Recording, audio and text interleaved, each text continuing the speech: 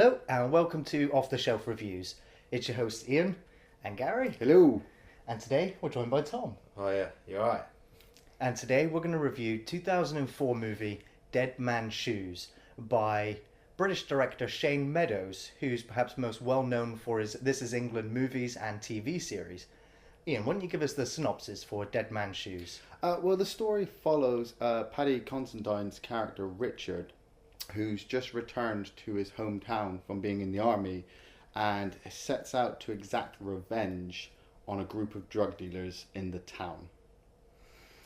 I just want to go on record and say I fucking love this movie. It is awesome. Tom? I think it's a brilliant movie. When I first saw it, it was instantly a favourite of mine. Just the atmosphere, and it's proper Shane Meadows, This Is England sort of style, depressing, little low budget almost. And it was a revenge story, but he didn't go in there like all guns blazing, like I'm going to get my revenge. He was calculated, he was manipulated, and I was really, really impressed. Yeah, this isn't the same sort of revenge as we've seen in perhaps Kill Bill or Old Boy. Throughout the majority of this film, we don't actually know what Richard's character is actually implementing this revenge for. You're just kind of along for the ride. Yeah. And it is kind of humorous in its style as well. It's a very black comedy, and I think that's very much a British comedy as well, because this is, just like This Is England, it is almost encapsulating the essence of Englishness, of the British kind of countryside, and those sort of small insular villages. And there's like almost at the beginning where Richard's sort of coming back and he's just sort of standing in certain areas, and it cuts back to black and white flashback where he's having memories of things where when he was younger before he went to serve. Yeah. I absolutely love Paddy Considine in this. He is a phenomenal actor anyway, but the first time I saw him was in Dead Man's Shoes, and just the way his character can switch so quickly. He can go from being this quiet, mild-mannered man who keeps himself to himself to up in your face, ready to kick the shit out of you, and then at the same time, go back to being like, oh, I'm really sorry, I don't know what came over me. But obviously, as the film develops and progresses, you start to understand why he's like this and where these feelings are coming from.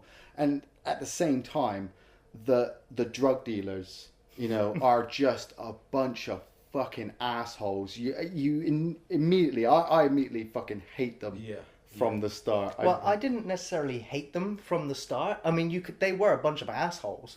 Yeah. But there was nothing really depicted in the early part of the movie that would tell you as an audience member that these are really, really scumbags. Yeah. They just seem like your atypical drug dealers in movie sense.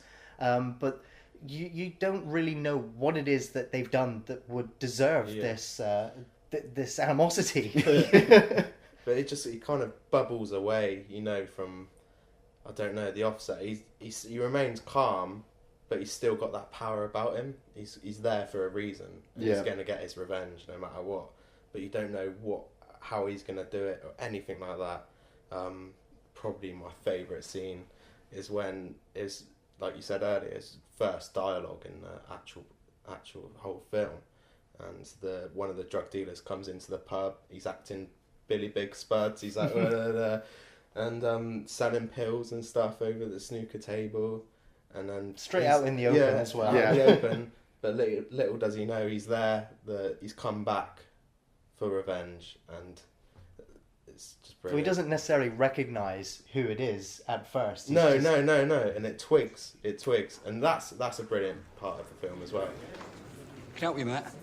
Sorry. The fuck are you looking at? You cunt.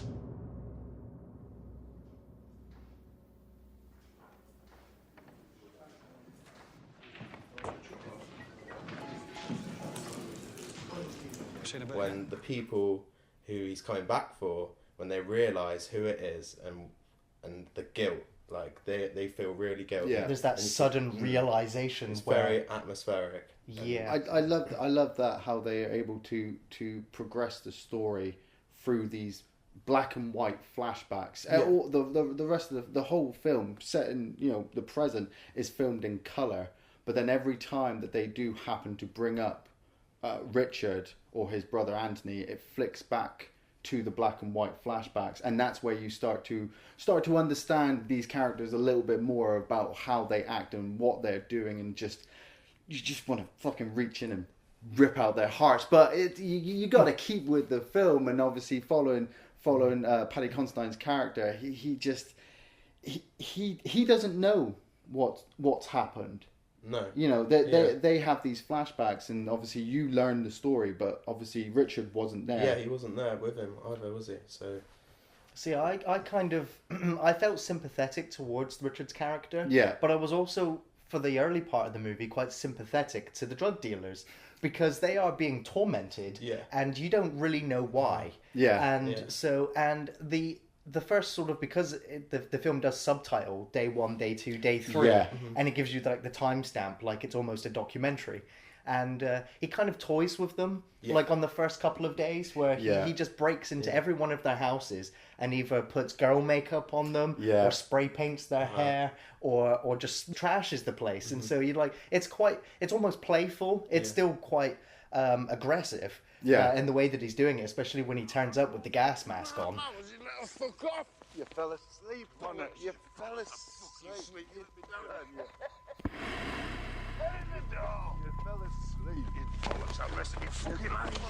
It kind of makes me laugh because the first time I watched it, somebody gave me a copy and was like, "You've got to watch this film." I initially thought it was going to be a horror movie, right? And those first few scenes where he does kind of walk into their house and he stood over one of them and he's got the hammer in his hand. It's very horror character like a slasher movie. Because he's got the gas mask and you're thinking, you know, he's going to kill them, and then it cuts to the next day.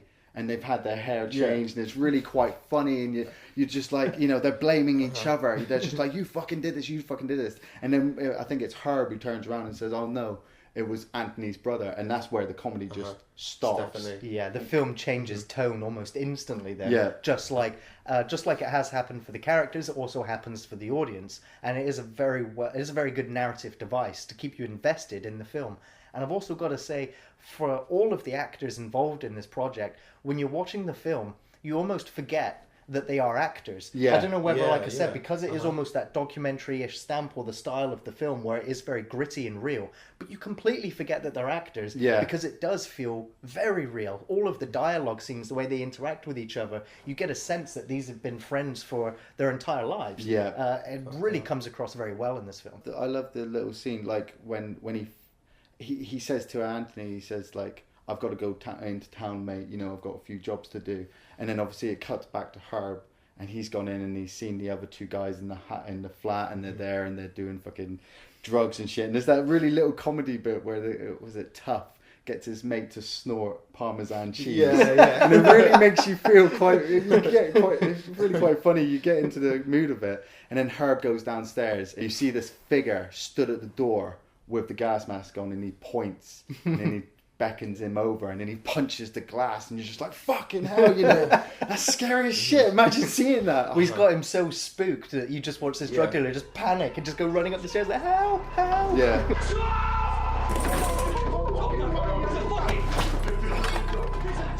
a man stood at the door with massive eyes. He looks like a fucking elephant. He stood there at the door, man. Come on. And he calls the gas mask moment the elephant. Doesn't he? Like there is, I think it needs the humour to kind of even out how brutal some parts are and how cold the actual story is and why he's there. Yeah. The whole reason why he's there. But it does need that bit of humour. But I like the way it kind of switches just to something quite humorous. You could be like, oh, that's funny. And then it's like, whoa, concentration, like, this is cold. Like That's just like Richard's character as well. Definitely. It's like the scene where he sneaked into their house and they've all gone upstairs, and there's a little continuity area there where they change positions as they've gone up the stairs. But anyway, they've gone up there and he's downstairs and he puts in an assortment of a cocktail of drugs into the kettle. Of what he stole from them, didn't he, previously? and the acid and their drugs that he nicked from their house. And the comedy part is when they all pour it into their pot noodles, and they're like, "No, wait, to the line." See, for me, it brings me back to another horror movie mistake. That these three guys are, they know that, well, they feel that he could be in their house, and they want to go around and they want to search. But instead of searching the ground floor, they decide to go immediately upstairs. I'm like, typical horror movie mistake. You're all going to die now, But it's that bit in the cupboard where he's like, he pulls out that big, massive samurai sword. And then he passes Herb the little knife, and he's like, "You got anything bigger?" But it got to a certain point where they all had to stay in the same room together. One's in the bath, one's on the toilet, and the other one's reading the porno mag. Yeah, and it's that little bit as well where they're doing the weightlifting. And he's like, "You fed these fish," and then the scene carries on because of the drugs. And the drugs slowly start to fed these fish. kind of affect them as well, doesn't it? It's captured very well in film as well. I don't know whether it's kind of the slow pans or whether it kind of gets that dream focus where you just watch the actors just kind of slip out of reality. Yeah. And again, that kind of playfulness is there when Richard's in there and he's tormenting them and he's just like, "Dance for me, dance for me," and he starts dancing with him. Don't you like my party? yeah. Don't you like my? So it's very dark, but you're just waiting for that all of a sudden snap moment again, where it just becomes violent and deadly, where he just starts executing them. You wish I fucking was. Jesus. Devil. Jesus.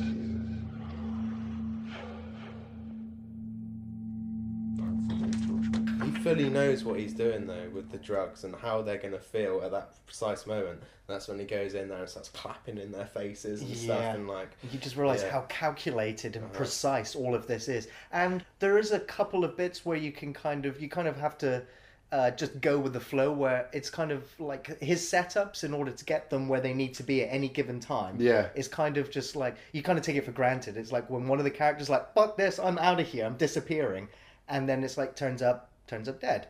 And you're just like, well, it's kind of hard to swallow that he's managed to get them all exactly round this rat maze as precisely as he had planned. Yeah, but I take from that Richard, you get from him that he was in the army. That is the crux of the story. He's gone into the army. He's left his brother behind.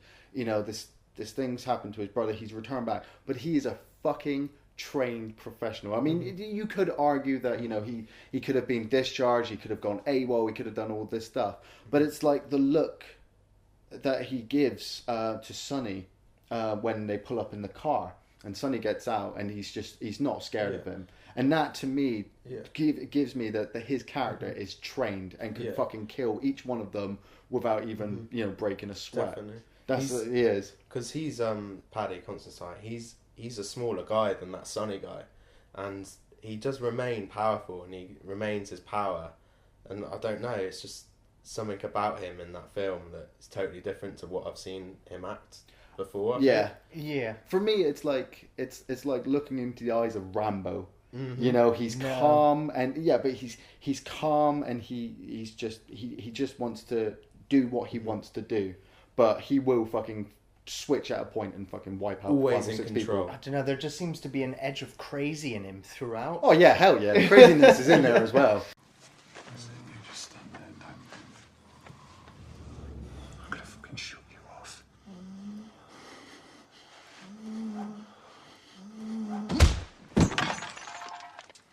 There's just one of my other favourite moments in the film as well, though, is where when they go upstairs and he's written on the wall like chain stoking, yeah, and which is actually a medical term for sick patients when their breathing sort of becomes laboured, and it's a term which would usually indicate that they're about to die. Yeah. And sort of writing that on the wall is just kind of, maybe it would have been too sophisticated for the drug dealers to actually know what it meant. Yeah. But for as an audience member, you audience. can kind of just go, ah. And then it literally gets to the point where when he kills off one of them and he just writes in blood on the wall, one down. Yeah. And that's when you just know it's on. This is what's going to happen. There's going to be another death and another death and another death until he gets his revenge. Revenge, pretty much. That's what I love about it. I mean, watching it on DVD, there are deleted scenes of Richard going round and killing them, but those scenes edited out, I actually thought that gave the film a bit more mystery. You know, like with the guy who is killed on the toilet, he disappears and goes up the stairs, and then they find his body.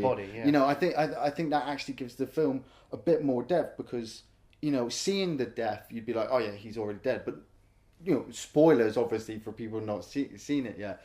When he goes out the room, you just think he's gone out the room. Mm-hmm. You don't realise that Richard is just there, waiting like a fucking predator. It's awesome. Yeah, definitely. There's a moment where they all kind of clock that it's him, and they've got to do something about it, and they attempt to go and find him in the farm. Yeah. They attempt to try and get him first. They give Al that wad they of try money and in his palm hand. him off with some money. Like, we'll do a deal and leave us alone. Like, nah. I love that scene as well, because obviously they're driving off, and he's just stood there with the axe and his arms wide open, like, fucking come and get me. yeah. And that What are you scares waiting me for? more. Yeah. That scares me more, because I'm just like, he fucking wants He's you. egging him on. Someone's come into my door in that shape. I've got money for you, man. Somebody fucking nail him, will you? Fucking nail him. I'm going to take your fat belly and I'm going to rub it in the fucking mud. You've got him! Oh, you fucking shut out, you twat! So what's your favourite scene, Ian? Well, I mean, I have so many favourite scenes in this film. I especially love the scenes between Anthony and Richard, where they are just sat there talking. It's just that just feels so real of a brotherly love between the two of them. You know, they're just having a conversation, even though all of this dark shit's going on. But as an extra bonus, I love the reveal of Toth. It's that whole segment where he's come into the house, he's filled the kettle up with drugs. He's let them go on this fucking massive trip. He says they'll go to space and they'll never come back down.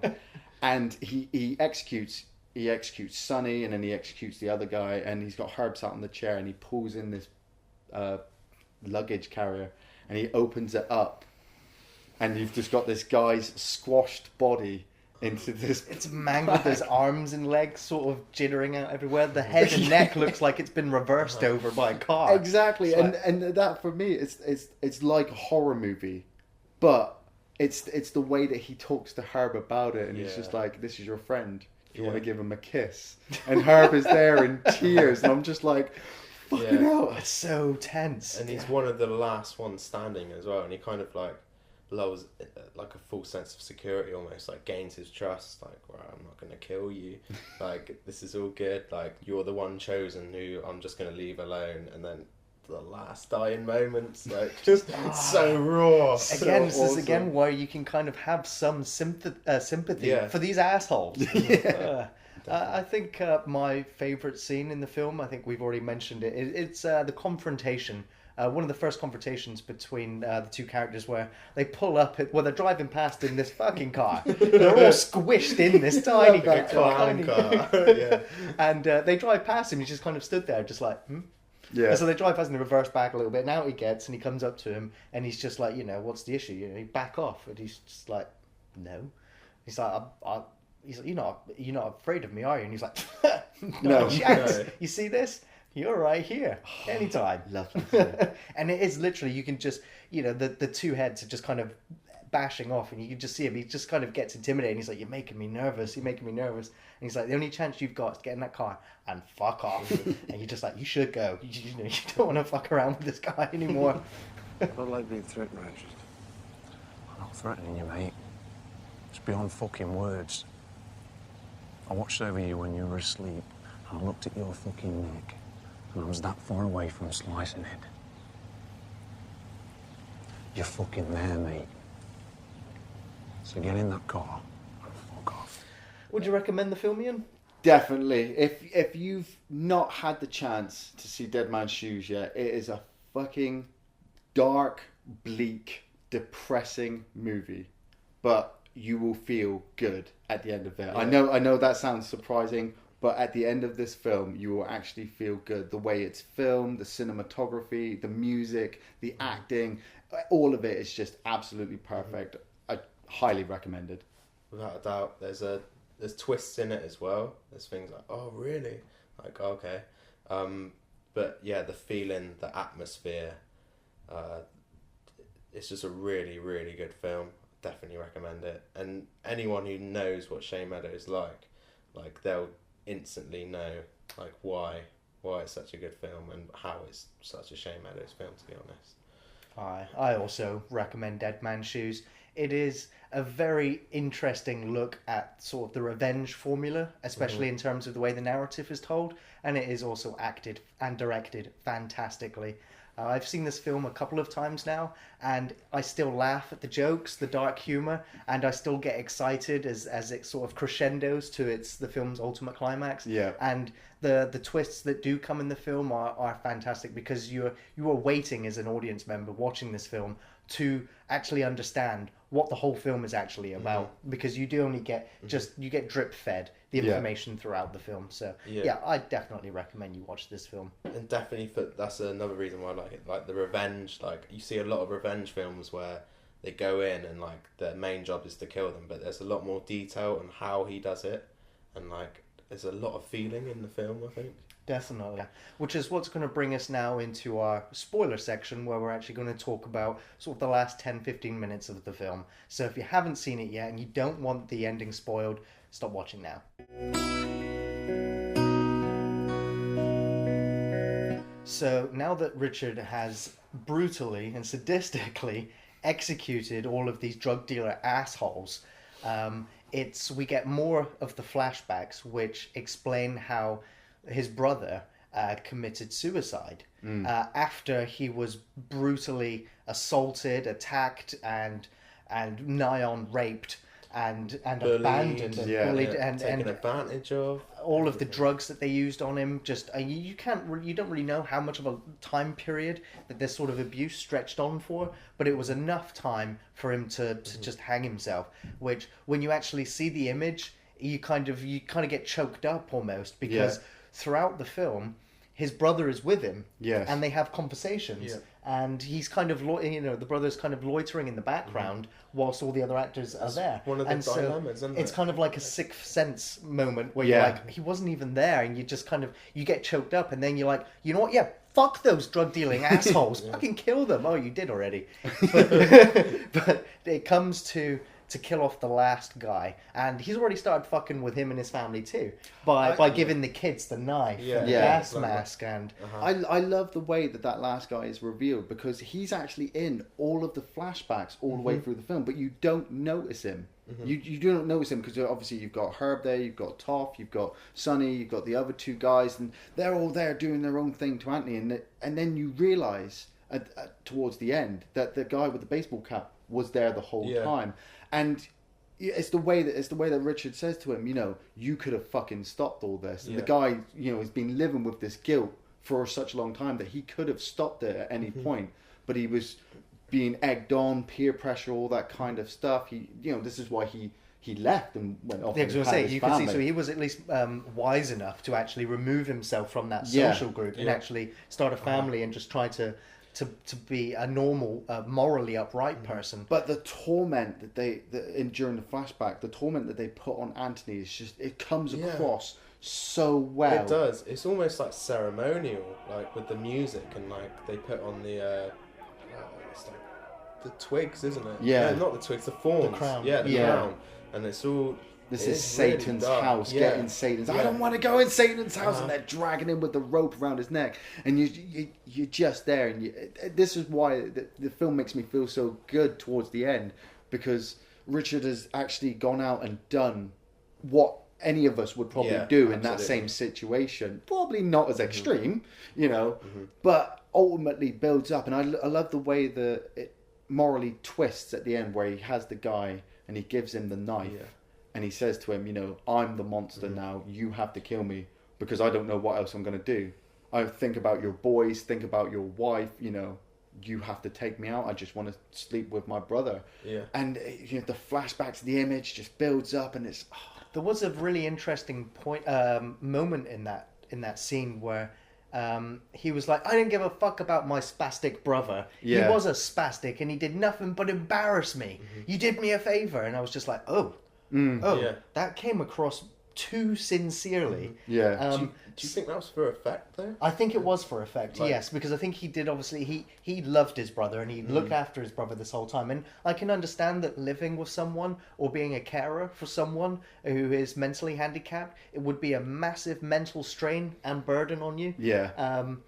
But I think that it'll make you a stronger person. And I can understand that, obviously, he left to join the army or do whatever because he wanted to see the world. And then, obviously, coming back to realise that this is what's happened in the space that he's been gone is just also enough trigger point to cause him to react this way. Yeah. And I do love the pretty much the black and white, if you will, of being of good and evil. And him literally going, you know what, I've killed all these people, I've avenged my brother, you were the dickwad that didn't have the balls to stop this, but now you will be the one to actually end this. And it is such a poignantly, beautifully poetic climax to the film. Definitely, where you're almost still not quite sure, though, because he has just switched on a fucking 6-dime at any point, that he would go, stab me, and he would take the knife and just kill him. You didn't really know until the very moment where he was laying there in his own pool of blood that it was like, okay, now it's over. You can almost start breathing normally again now. It's such a climax. It's the visuals as well. Obviously, once he's stabbed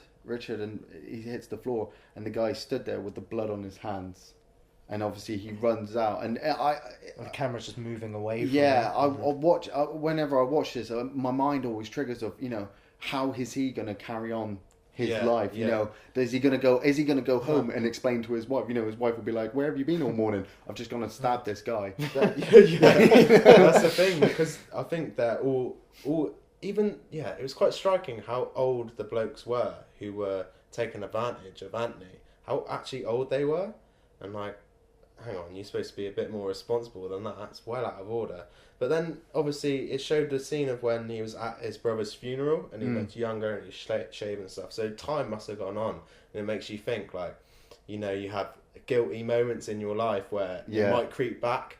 But obviously, all of those guys thought it was put to bed. And that's another good thing as well, because like it creeps back on him. No, he's back. And there was one thing that I take from this film is if anyone pissed me off to that extent, I'd feed them acid and I'd do exactly the same, because it's a horrible thing to do. Remember not to piss him off. The tagline of this film, though, is along the lines of that. What is in Richard is potentially within all of us. And that is what I think is the most engaging part of this film, is that it is so believable that what he does is also within all of us to react that way when something that we love is taken away from us in such a brutal and horrific fashion. And that is just testament to how well this film is put together. They just wanted to hold my hand, didn't they, mate? Yeah, didn't they? They all held your hand. I didn't. No, you didn't. Don't need to, do I?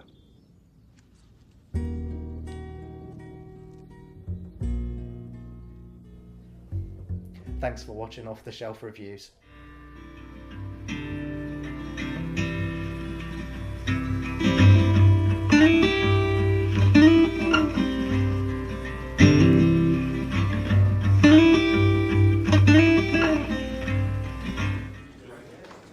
I help you, mate?